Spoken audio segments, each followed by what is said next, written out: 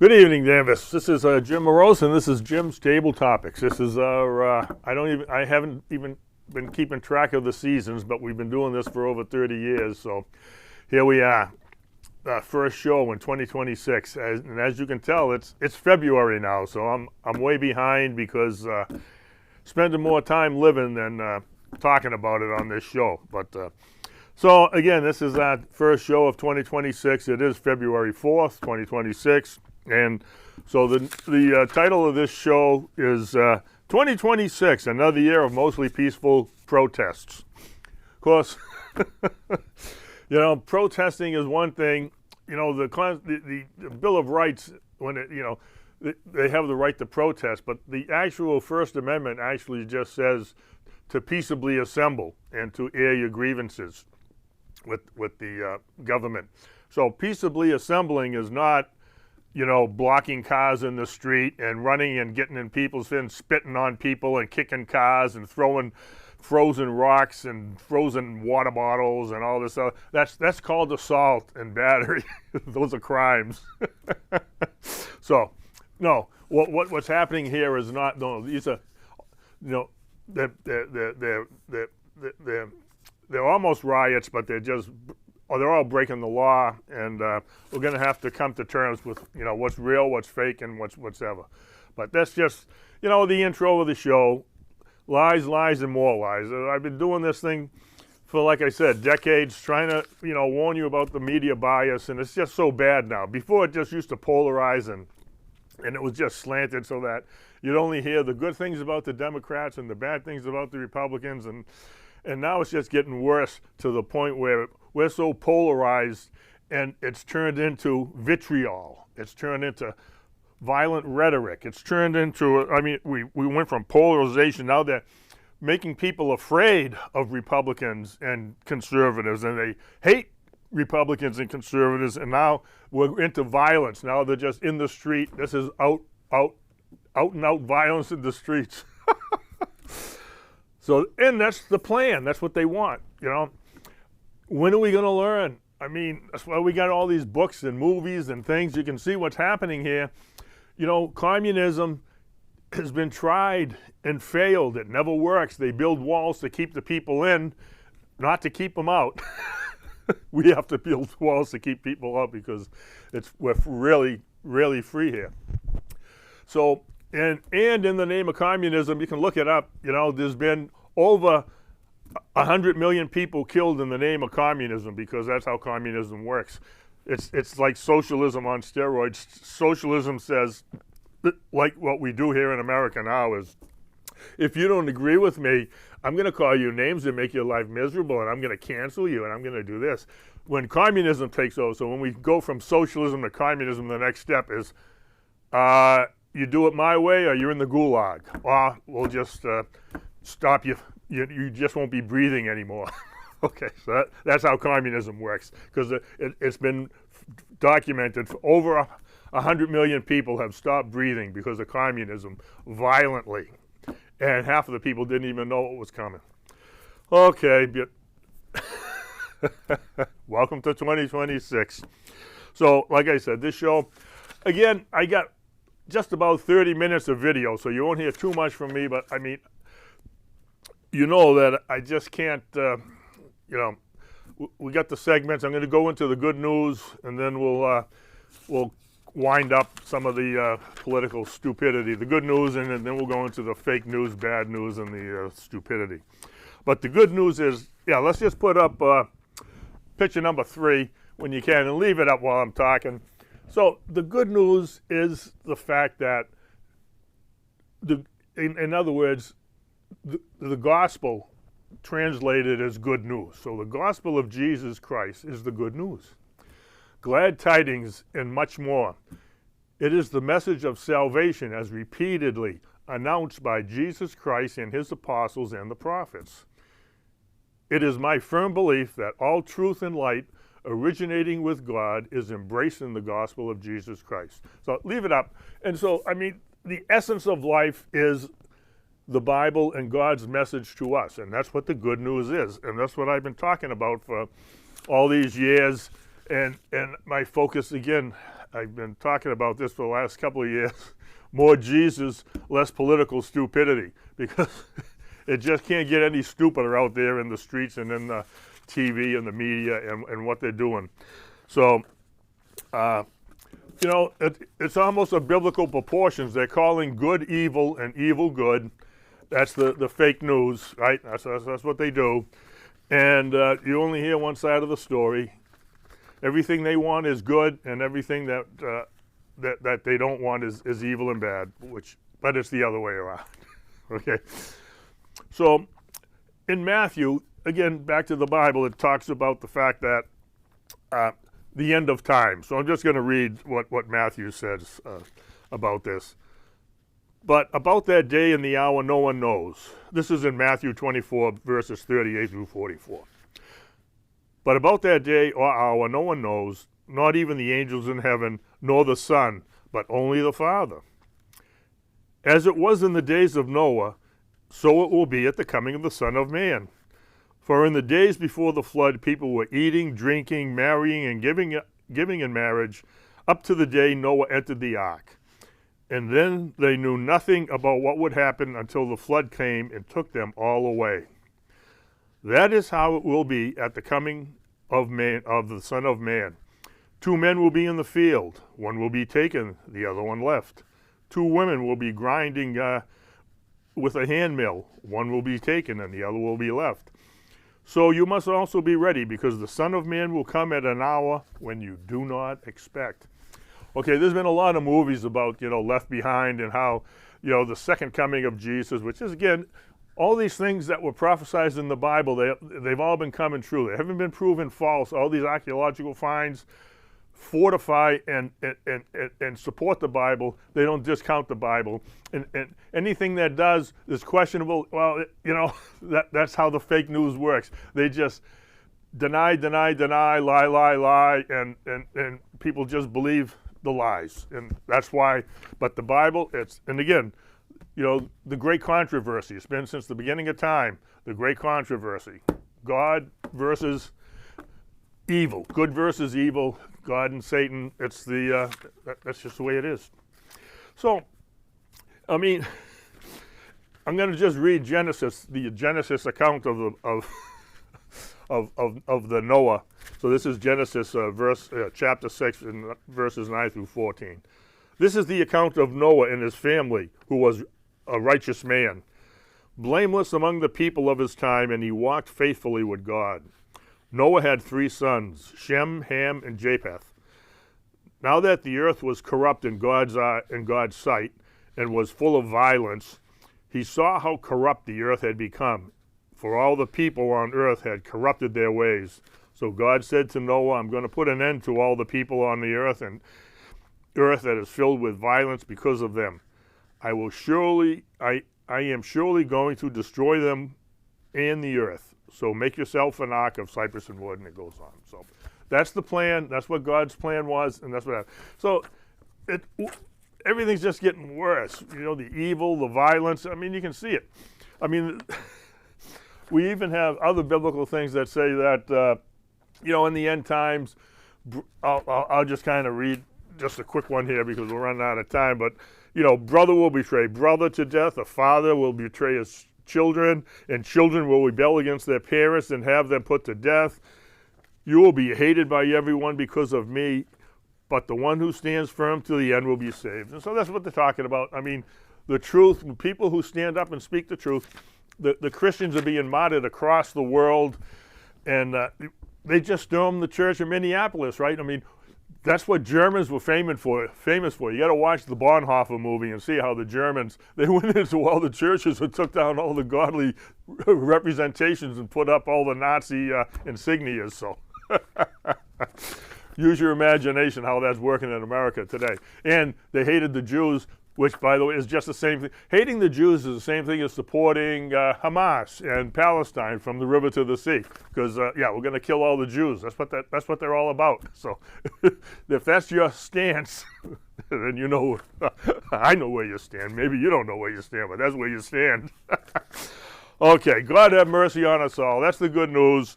And we'll just kind of leave it at that God loves you, and he really wants you to stop and take a step back and look at what's going on. And, my father gave me the best advice in the world. I don't even remember. It must have been back in the 60s in the day with all the, Vietnam protests and everything else. He said, son, don't ever get near a mob, because when you get near a mob, there is no intelligence. There is just run when you see a mob, because mob mentality is what you're seeing in the streets. In 2020, the summer of love, looting, rioting, burning, violence, and more violence. And so if you see that, run, baby, run. Don't get, because that's what Satan wants. All the birds of a feather flock together. If that's what you want, then go have at it. Amen. Okay, so let's get into the bad news. I don't even know where to begin. Like I said, I got 30 minutes of video. The first video we'll go to in about 5 minutes is. Again, I played this before. It's funny. I talked about it on Facebook when I used to try to have some normal conversations on Facebook, but it's such a, it's polarized. You can't get anywhere. Someone said that just because the name of this video, this 5-minute video, is "Why do you hate conservatives?" You're just pushing hate. Even the title of the video says hate. Well, yeah, that's what you're doing to us. You're hating us. No, we're not. Okay, no, we're not. No, we're not. So, again, this just kind of, every issue has two sides. You know what I mean? And we really need to start to focus on what's going on. Like I said, I went over the bell curve before. You know what I mean? Where the huddled masses are in the middle. And then you get out the far right and the far left. Those are the extremes, and those are the ones that are creating all the havoc. But we're in the middle with the truth, justice, and the American way. But we lean left or right because of what we hear and what we think we see and what we perceive to be the truth. But we better find out what the real truth is, because it's coming, things are really happening fast now. So, again, this will just kind of give you an idea of some of the hot button issues and where we stand, why conservatives believe what we do. And we all know what the liberals think. But at any rate, or what the true narrative of the socialist, globalist, communists are. So we'll get to that. But I just can't, emphasize enough that the current media, Hollywood, the American culture, and all this social media on Facebook and TikTok. I mean, I'm not even into I don't even have logins to the other stuff. I just gave up. I said, "You gotta be kidding me!" They keep changing everything, but the kids are sucked into this stuff, and now they're befriending chatbots and making friends with artificial intelligence they think are people, and they're taking. There's an epidemic going on where young kids are committing suicide because they're listening to chatbots. They think they're real people, and they take their advice, and they do stupid things because we need more parental involvement. The people need to know what the heck's really going on here. So, again, it's just all part of the polarization and brainwashing part. We got to stop. I mean, I know I'm from the old baby boomer generation, and I'm way behind the curve, but truth is universal, and it stays upon itself. So again, the whole narrative, everything that's happening in Hollywood, the media, social media, it's all polarization. Everyone's in their own little bubble, and they're not getting out. One bubble is pushing fear and hate, which now has turned into violence. It's just spewing out, and it's just, let's go, let's go, let's go. And the last show, I put on a clip of, it was 10 minutes long, of 15, 20 people from the Democrat side calling for violence. And then they were senators, congressmen, and everything else, and it's like, what? We're the bad people? We're the ones that are calling for violence, and you are the guys that are doing it. They killed Charlie Kirk. They tried to kill Trump. They shot Steve Scalise, and all the other things that happened. Man, wake up and smell the stupidity, people. But at any rate, we've got people that support Luigi Mangione. You see the video, he walks up to the guys just walking to his office. It doesn't matter whether he's the worst person in the world. The guy walked up and shoots him in the back. Are you kidding me? And kills him in cold blood. And people are thinking that he's a hero. How immoral, how ungodly, how evil. It's just evil. So if that's evil and you're supporting and you agree with him and then you think that's right, boy, we are in trouble. Yes, that's correct. We are in trouble. And trouble will come because that's Satan's domain. That's his domain. Okay, well, you know what? Let's see what Amalia has to say about the conservative side of the issue. So yeah, just fire that up whenever you're ready. Why do you hate conservatives? Well, let's not say hate. Let's say dislike, because you don't really hate anyone. You may dislike them because they want to ban abortion. Conservatives say they're all for freedom, but when it comes to a woman's freedom to choose what she wants to do with her own body, they sing a different tune. You may dislike them because they oppress people of color and deny the fact that America is systemically racist. Conservatives say that everybody is equal regardless of race, and that racism has little to no effect on the daily lives of people of color. So, they just ignore the issue altogether. You may dislike them because they don't believe in climate change. Scientists keep telling us we're overheating the planet, and conservatives don't seem to care. They're more concerned about profits than people. But what good is money if you have no planet to spend it on? You may dislike them because they're obsessed with guns. How are we ever going to stop gun violence if we don't get guns off the streets? And how are we ever going to get guns off the streets if conservatives block every common-sense gun law? You may dislike them because they're so intolerant. What's the harm of calling somebody by their preferred pronouns? Why can't conservatives just show some compassion instead of obsessing over every kind of behavior they don't like? You may dislike them because if they got their way, they'd get rid of democracy and establish an authoritarian theocracy. Bye-bye separation of church and state. Hello, fascism. After all that, you might sum up conservatives with one word. Ugh. If any of this resonates with you, I get it. I've been there. But, and this surprised me, I found they actually have reasons for thinking the way they do. Here are some of them. On abortion. To start, we can agree that no one likes abortion. But there is a clear divide on the issue. Progressives focus their attention on the mother. Conservatives, while they have compassion for the mother, focus their attention on the baby. They see a human being growing in a mother's womb as innocent and vulnerable. Those babies deserve to be protected, since they obviously can't protect themselves. On racism, conservatives don't deny that racist people exist, but when it comes to the narrative of systemic racism, conservatives are unconvinced. Of course, there are disparities in this country, but why assume that these disparities are because of racism? Good schools, good parents, good habits, and good communities would go much further toward alleviating poverty and expanding opportunity than a lifetime of racial justice movements. By the way, these rules apply to everyone, regardless of skin color. On climate change, conservatives have very little faith in computer models that have been inaccurately predicting disaster for nearly half a century.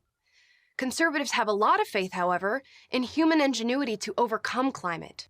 What is air conditioning but a human adaptation to the environment? See Miami or Phoenix for further reference.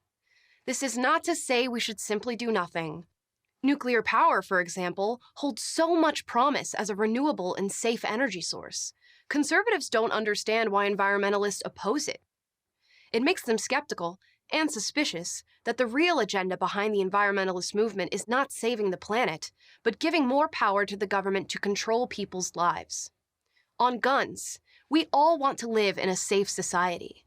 This is why firearms are regulated in every state. But we know bad guys will always find a way to get guns. See Chicago and Baltimore for further reference. That's why conservatives want guns, to protect themselves from the bad guys. It's not much more complicated than that. On tolerance, conservatives see tolerance as a two-way street.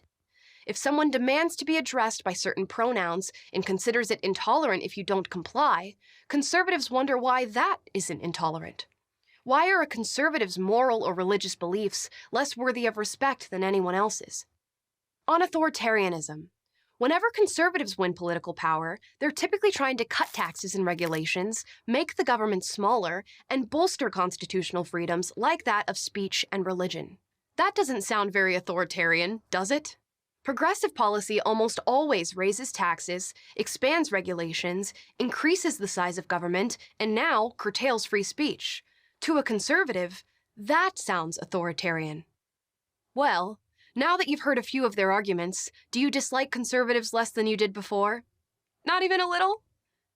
I'm Amla Epinobi, host of Unapologetic at PragerU.com for Prager University. All right, welcome back. Again, we all just need to be able to sit down and talk. And you know what? And that's what Charlie Kirk did. And they shot him for it because it's not because he was talking about God and talking about religion and talking about the conservative side of the views. They shot him because he was effective. He's got millions of followers on the college campuses. See, the college campuses are a cesspool of safe spaces and social engineering stupidity that I've been talking about. Lies, supporting the lies. The lies need the support of government. Thomas Jefferson said this, back in the 1700s. Error alone needs the support of government in the media and Hollywood and everything else. But truth can stand by itself, and that's what trying to see. We got to find the truth and stand on it, and stop promoting and propagating the propaganda of lies, and that's what's happening here. So that's what the next video will be about Charlie Kirk in about 6 minutes, and basically it's an hour podcast with Bill Maher and Charlie Kirk, and you can see the good give and take, and so we'll play it in 2 segments because I had to break it up, and there was just so much good stuff in there. These guys are two opposites, you know what I mean? They're just, Bill Maher, he's a socialist liberal. He's a liberal, and Bill Maher, and Charlie Kirk is a Christian conservative hardliner. But they can have an intelligent discussion. We got to talk about these things. So it's interesting, and each one kind of pushes each other's buttons, and they back off, pushing back, but they're having a civil discussion. People like Stephen Colbert and those other, they think they're comedians. They're not even funny. All they do is get up there and mock and make fun of Trump and conservatives. That's all they do. It's just hate and violence. It's stupidity. It's just propaganda. They're not even comedians. It's not even funny. But take someone like Gutfeld. He's an equal opportunity basher. He'll bash them all. He's had Trump on the show, but he bashes Trump. And I've been married for over 50 years, but even my wife and I don't agree on everything 100%. Do you really think I believe with Trump 100%? No, I do not. But he's doing more than what other people have done. So we got to focus on the good and just let humanity take care of the rest, and God will direct the steps. Again, like I said, I've talked about this on the show. Our church did a whole Bible study one year, and it was called the Story. And so it was a 35,000 view foot of the Bible from the Genesis to Revelations, and just the storyline. What is the story of the Bible? And it was kind of interesting that the Book of Kings and all the Israelites, the Hebrews, the Jews wanted a king. Like, oh, God, all the other people have kings. Why can't we have a king? And God said, I'm your king. You don't need a king. I'm your king. But, so God gave him a king. So they had 33 kings over the years that they had them.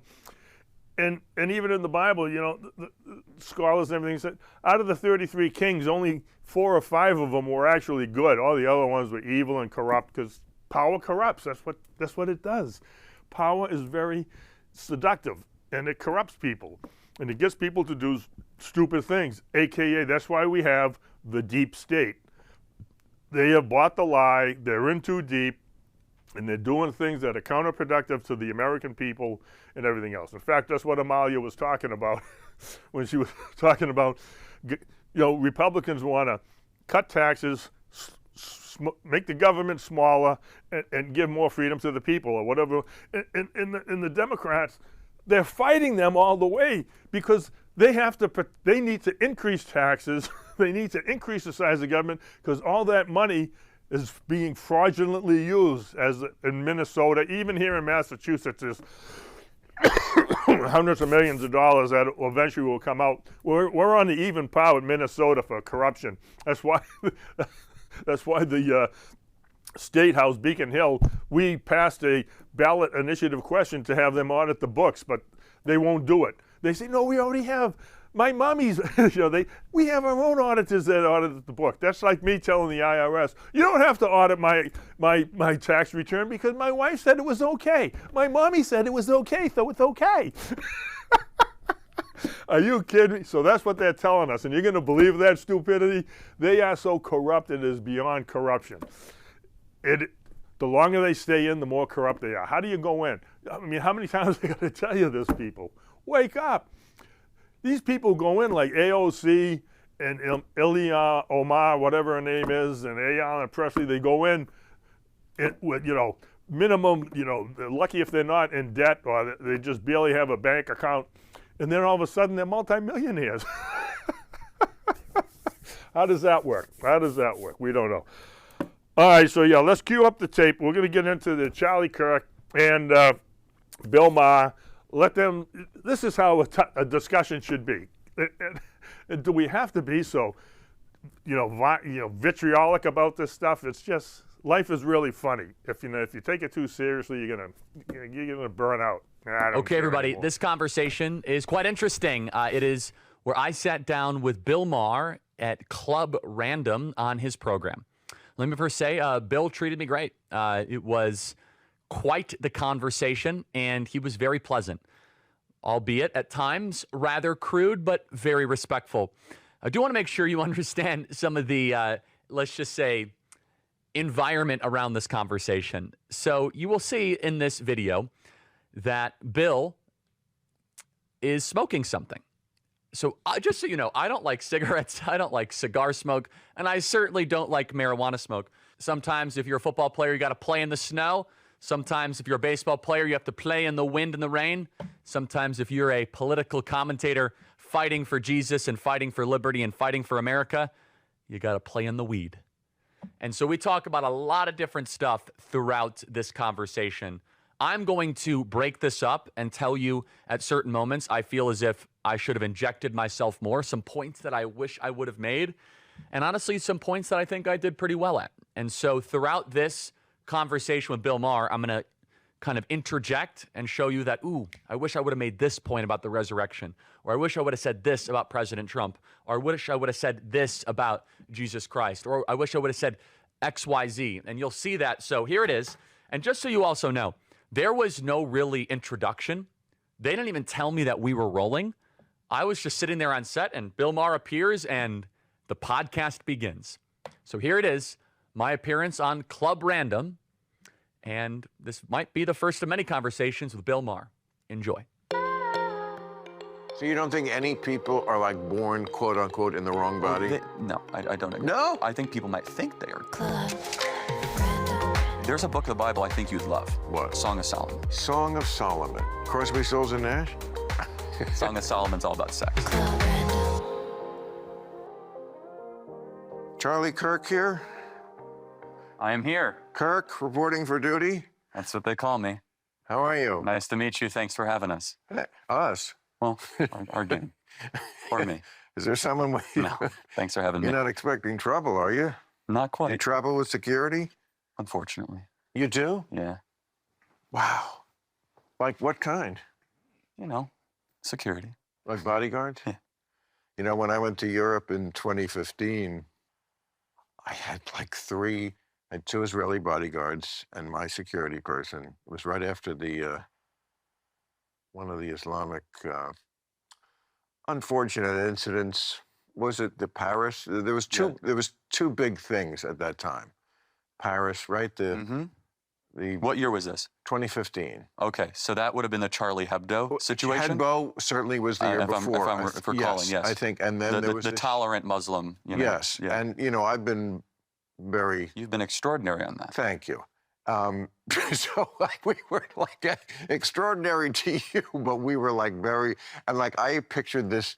I never toured Europe before as a comic, and there are places you can where they speak English. It was fun, but I also made it a vacation. I took my girl I was with at the time. I pictured this bucolic, beautiful European springtime vacation. Of course, it was wedged between the two giant Israeli bodyguards the whole way. If you want security, the Israelis know what they're doing. Exactly. So it was not the vacation I planned. But, well, I'm sorry that you have to do that, but that's the price of fame. And boy, I mean, man, you're everywhere. You're we have the new It Boy of podcasts. No, it's true. We have different jihadis that want to kill me. The purple-haired jihadis, the woke guys. Well, so they kill me. They want to kill me just as bad.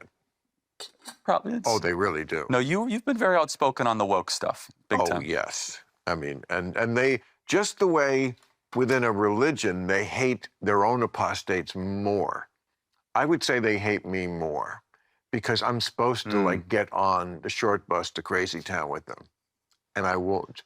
And yet I'm still a liberal, and still like, I mean, we probably could argue all day about Donald Trump and what he's doing, which I'm not down with.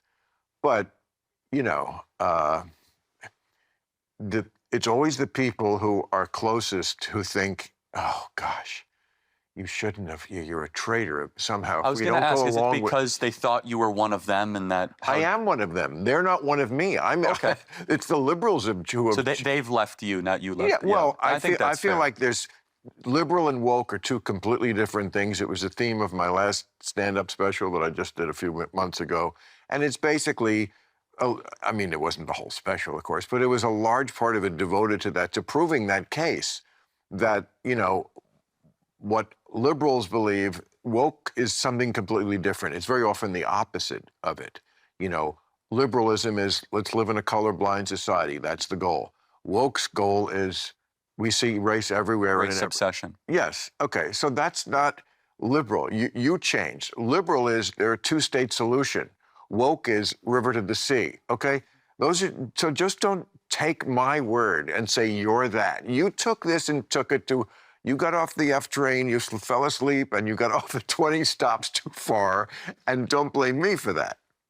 Okay, and so then we dive into, of course, the topic of weed and alcohol. And I want to reiterate, I was a guest on his show. I did not want to come across as overly aggressive. I honestly wanted to get to know Bill Maher. Thought he's done a great job speaking out against the woke. He's a rare free speech liberal, despite our firm disagreements on many things, political and spiritual.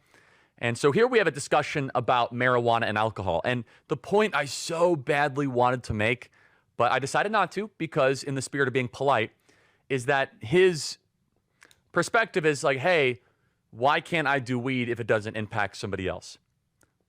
The irony is that it kind of was impacting me because I had to smell him doing weed there. But I decided not to make that point in the pursuit of being polite and trying to be magnanimous. Albeit, look, there's so much about marijuana that does not get discussed. It could be really, really bad for your brain. It could be increased depression, increased anxiety, a lot of problems with it. But hey, if that's what you want to do, then that's what you want to do. I will say, though, it kind of invalidates one's argument if you say it's not impacting somebody else while you're smoking weed, basically, right next to somebody. Watch. I don't know how they get in my group, but they do.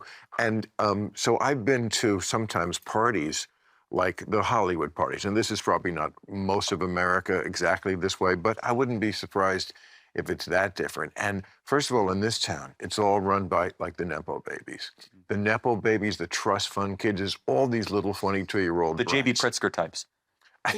Well, I'm kidding. No, I'm sure. I know who you mean. The governor of Illinois. He inherited the Hyatt. Oh, sure. Well, Nepo baby. We invented Nepo baby out here. Okay, but yes, it's everywhere now, even on the Lakers.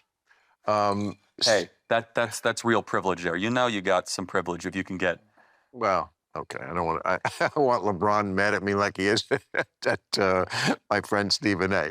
But I mean, that is But the point is that when you go out to these, I've been to these parties where like it's a bunch of 22-year-old kids and none of them are smoking pot. Why? They're on real drugs. Pot's so like my generation. It's like I couldn't find pot at one of these parties. I was the only, they were asking me for it. The few kids who wanted, they take this, they've Like got. psychedelics or Correct. mushrooms, LSD. Yeah. Okay. Oh, ketamine, whatever. Oh, ketamine, that has some medicinal Molly, property, but not at a party. They're all, it's all ingested before they even leave the house. So that's where the good news, parents, your kids aren't on pot. Yeah, but they're on way worse, I think. They're on a big trip. So, but do you think that since we've legalized, less teenagers are doing, like 13, 14, 15-year-olds? Because that was always the argument, right? If we legalize it, less kids would do it. I don't know what 14-year-olds are doing. No, I don't know the answer. That's my story, and I'm sticking to it. But we can really agree don't. that kids should. That's how we can Oh, agree on it. totally. Yeah. But we also should be able to agree that we shouldn't force adults to organize their lives around what kids might get into. That's a good argument. I mean, do you think that it's... I mean, you're not against porn, are you? Well, I actually once struggled with porn. Thankfully, I'm free of that. But I mean... How can you struggle with it? I mean, It's so easy. Well, you could grow addicted to it. I mean, it can... I know, I was kidding. No, but no, I mean, yeah, I don't have that issue anymore, thankfully. But I would ask the question, though, like, do you think since the legalization of marijuana in LA, it's made it a better or worse place to live? Or just it hasn't changed at all? It certainly hasn't changed my life. Okay. I grew up right outside here. Do you think the quality of life has gone up or down?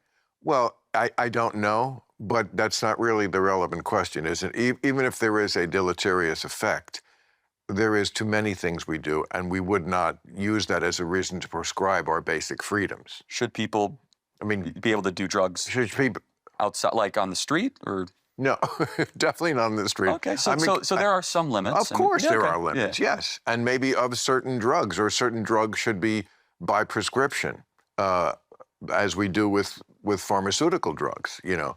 But certainly pot is more benign than alcohol. I mean, I could give you the stats on that. We all know that. Is it health food? No. I'm not crazy like some of my hippie friends are, trying to portray it as something that's actually good for your lungs. But I don't think it's a trade-off. When you're an adult, you have the right to make trade-offs. Trade-offs is the essence of life. I'm going to have this piece of cake tonight and be a little fatter tomorrow, or I'm not going to do that and feel better tomorrow.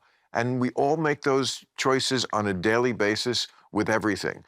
Yes, have I probably cut off some years of my life, maybe with pot? Who knows? I may have increased them because it helped me. Certainly made me richer. It made me better at my job, better at writing, better at a lot of things I like to do. So, I might be living in a 2-bedroom apartment in Van Nuys if it wasn't for pot, and I'm probably going to live longer here. Or who knows how successful you could have been without it? That's true, too.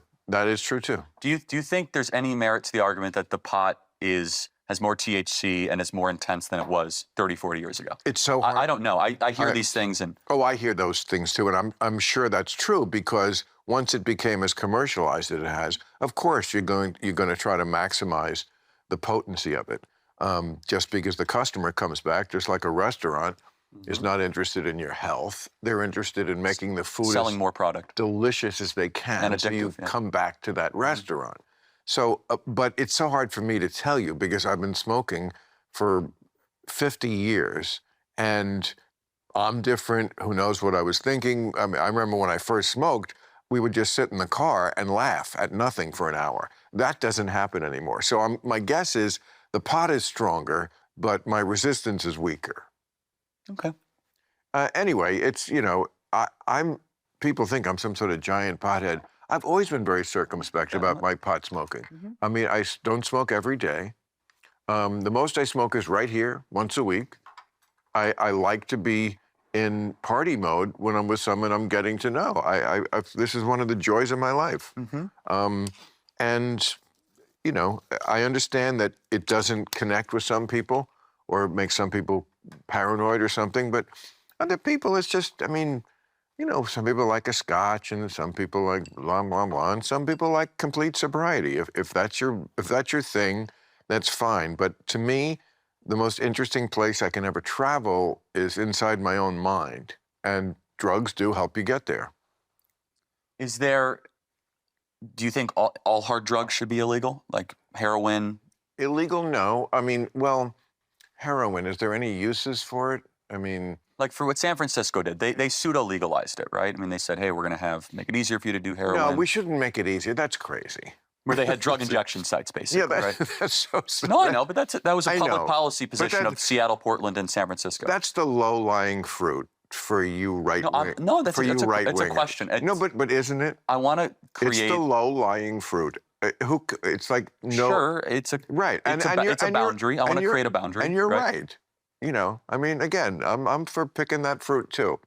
It's silly to help drug addicts be drug addicts and keep them on the street. It's stupid to keep homeless on the street. Oh, I totally agree. There's another way.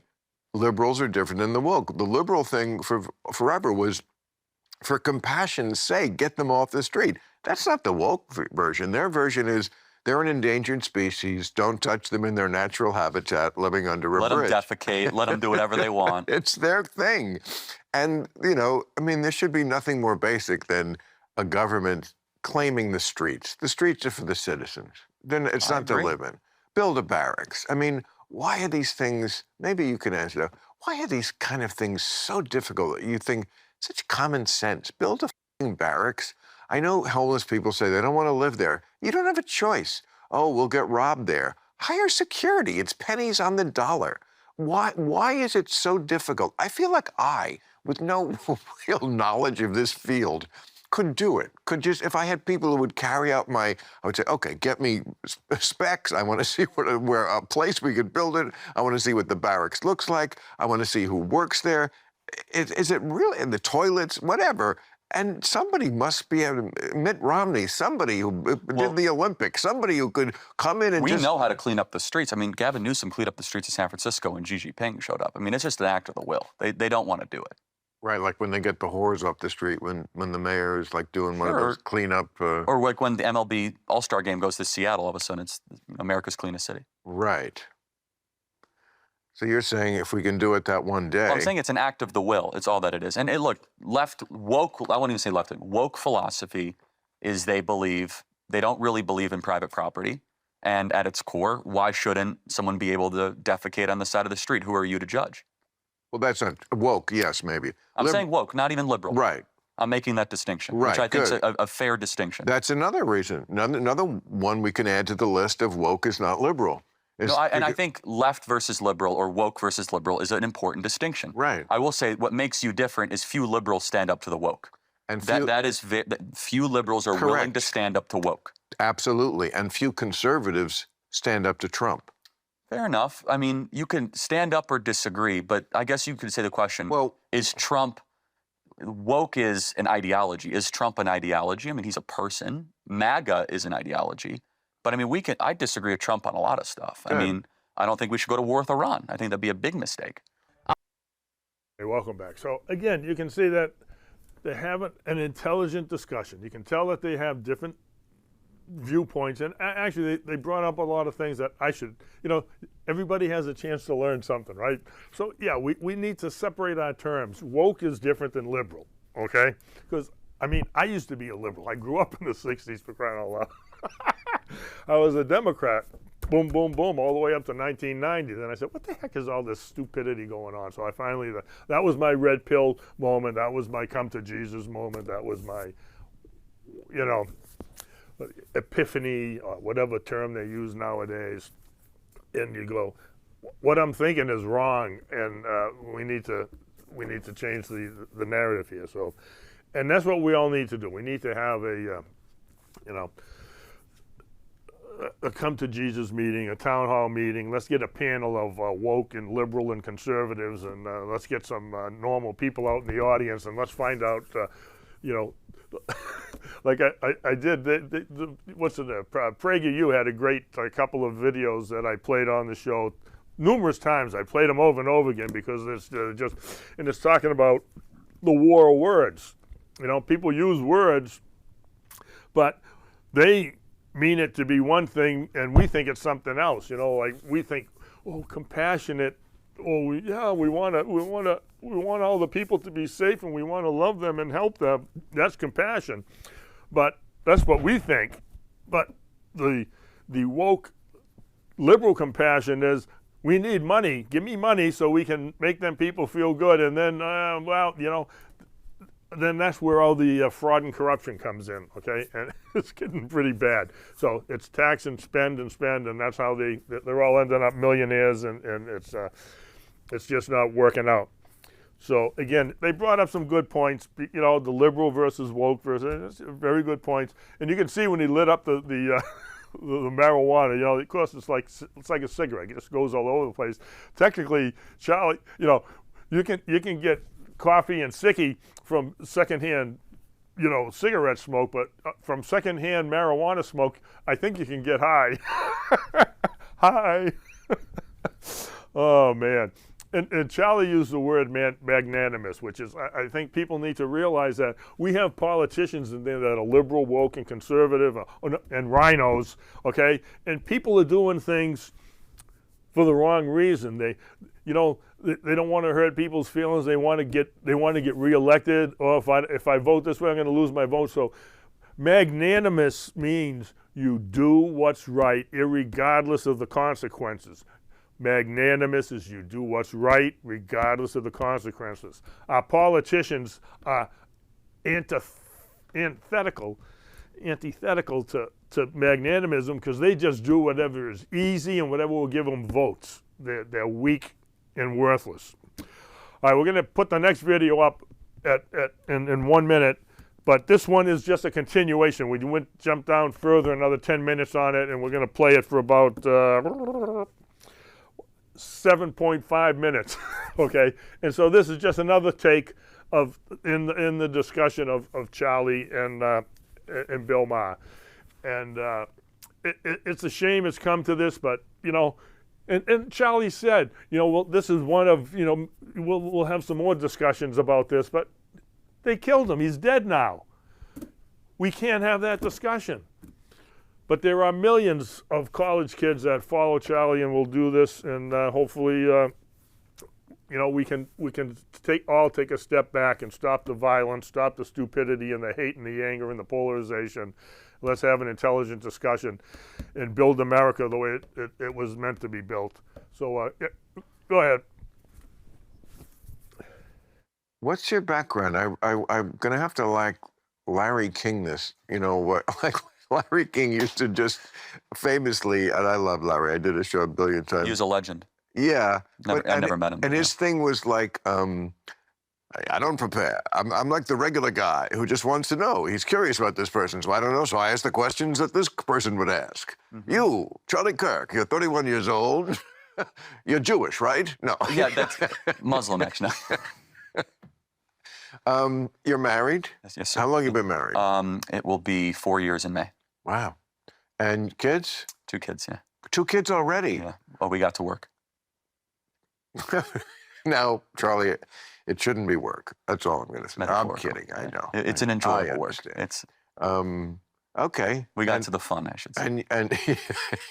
And you're going to have more? God willing. Yeah. God willing. Right. Okay, so now this is where the conversation about religion started. As you know, I'm a devout Christian. Watching this back, there are a lot of points I wish I would have made. However, I look at the clip, I look at the tape, and we had a friendly conversation, and I didn't want to be overly disagreeable. With that being said, there are definitely some things that I should have inserted. Right, and we don't see eye to eye on the religion thing. Someone told me that. I got to tell you, you should see my movie, Religion. I actually saw it. Oh, really? And to your credit, thank you. What you did on Islam was awesome. The other one's not so much. That's correct, buddy. Secondly, so if you just isolate the Islamic part. But it was funny. Secondly, Jesus. To your credit, you treated woke like a religion. Yes. And you criticized them with the same intensity and ferocity you did, and you deserve a lot of credit for that. Thank you. No, I mean that because you looked at it as this has a catechism, it has religious type undercurrents, it has almost a metaphysical presence to itself, and so you're an equal opportunity Well, critic. I mean, yeah. And it's funny because the director of Religulous, Larry Charles, and I had dinner about a year ago, and I suggested, and of course it went nowhere because we're both too old to like really act on it. But I said, people keep asking me, and I'm sure him also, to do Religulous too. But when they say it, they think we're going to, oh, now we're going to go to India and make fun of the Hindus. I'm like, I'm not doing that. Okay, I'm not going to India, and the Hindus aren't that funny. Okay, we did it. The movie did great, and we love that it stands the test of time, and people always keep coming up to me and seeing it. Movies are amazing that way. But I said, somebody gave me a great idea. Why don't we do Religulous too? But the religion is wokeness. Oh. And then that's what I was suggested. And I said, yeah, but then you're going to have to do the right side of it too, because that's also a religion. Christian nationalism.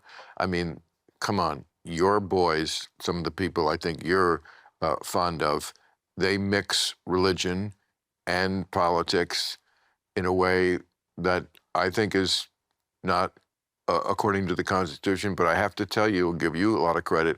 I saw a video of yours where you were talking about how Christy the original documents were, which is, I mean, my view is that the founding fathers, we know a number of them were deists. Mostly that was their religion. But you did, and boy, you have your facts down. I mean, you can spiel when you get on a subject like this. I got the shtick down. You really do. And I trust you, I'm going by but that they were a little Christier than I thought, and I'm always happy to learn new information. And if it doesn't satisfy people that I don't stay exactly where I am, it satisfies the people who are actually my fans, who always want me to do that, to be like, oh, if I take in new information. I mean, that's why, the far left hates me because I went to the White House and said, well, privately, Trump's different.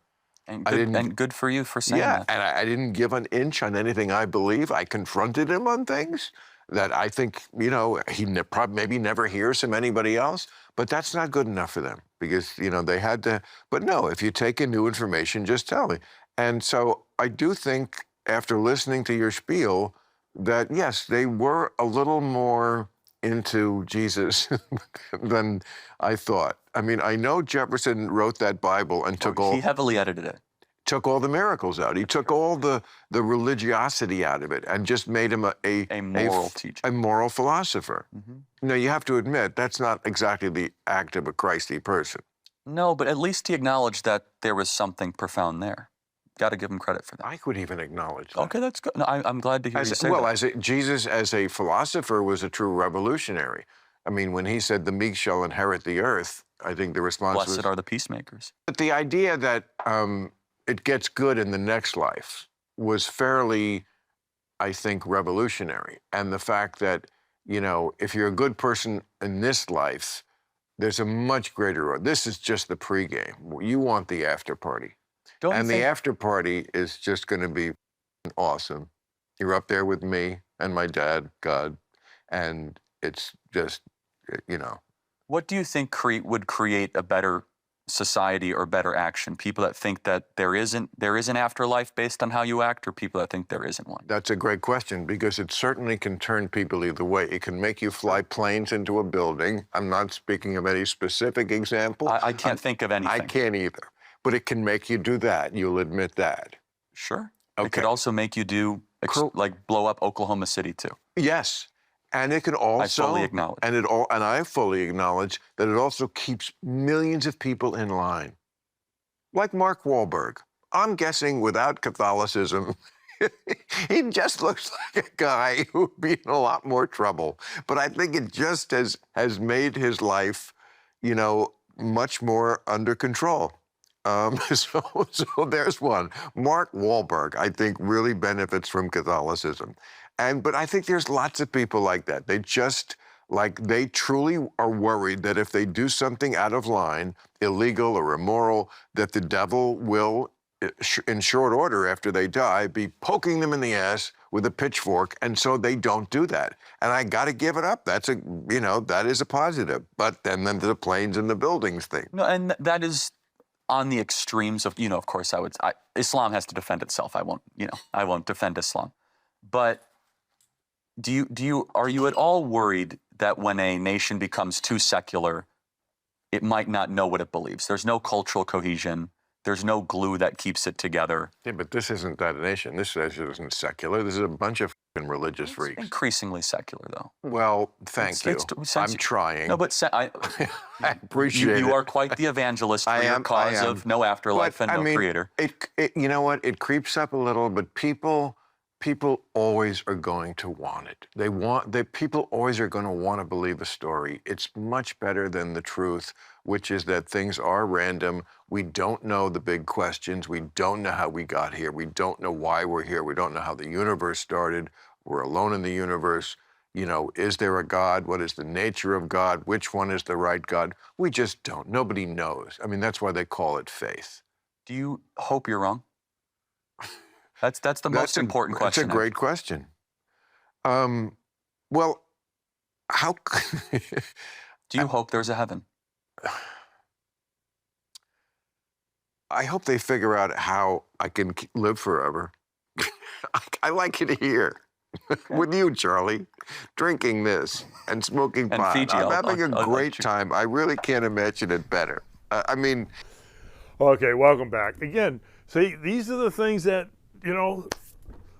that try men's souls. We're having a great discussion here. And it's funny how everybody wants to go to heaven, but they don't want to believe in God. But I mean, that's what the whole essence of God is all about.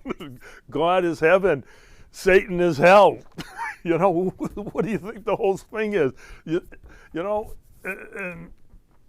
the Bible, they talked about government too and politics and everything else, but in the New Testament, in the Bible, I should bring the Bible. I don't have one here. Oh, no. In the book of Romans, I think it's chapter 13 maybe, there's a little chapter in there that says, God created civil governments, for justice, to maintain justice and to yield the sword, to punish the wicked and to reward the righteous, okay?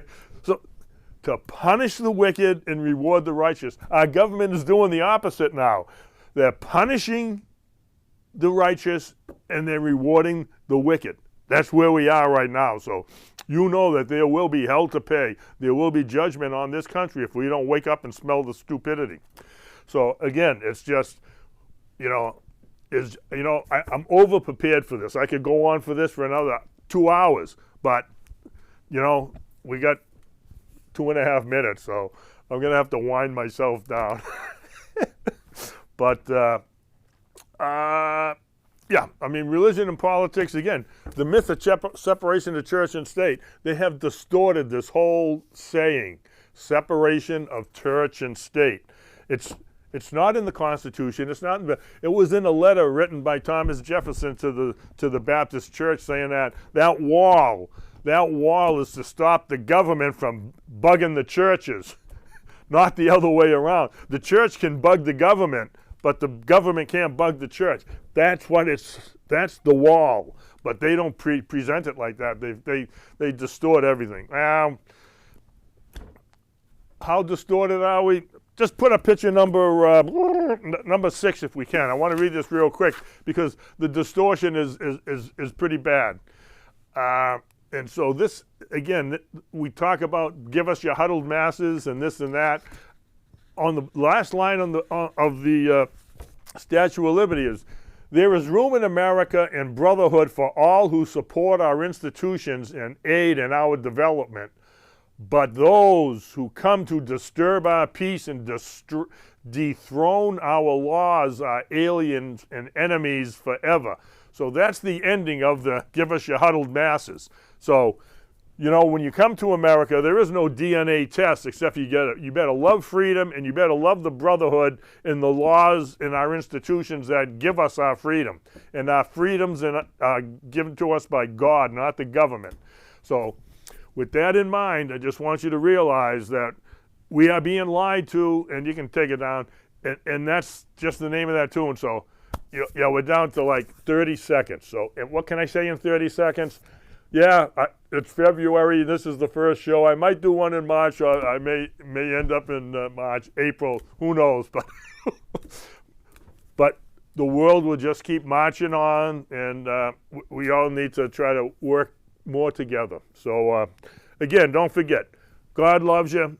He wants you to find him and talk to him and learn about him, and that's all I can tell you. Read the good news, know it, and till next time. Good night, Navis.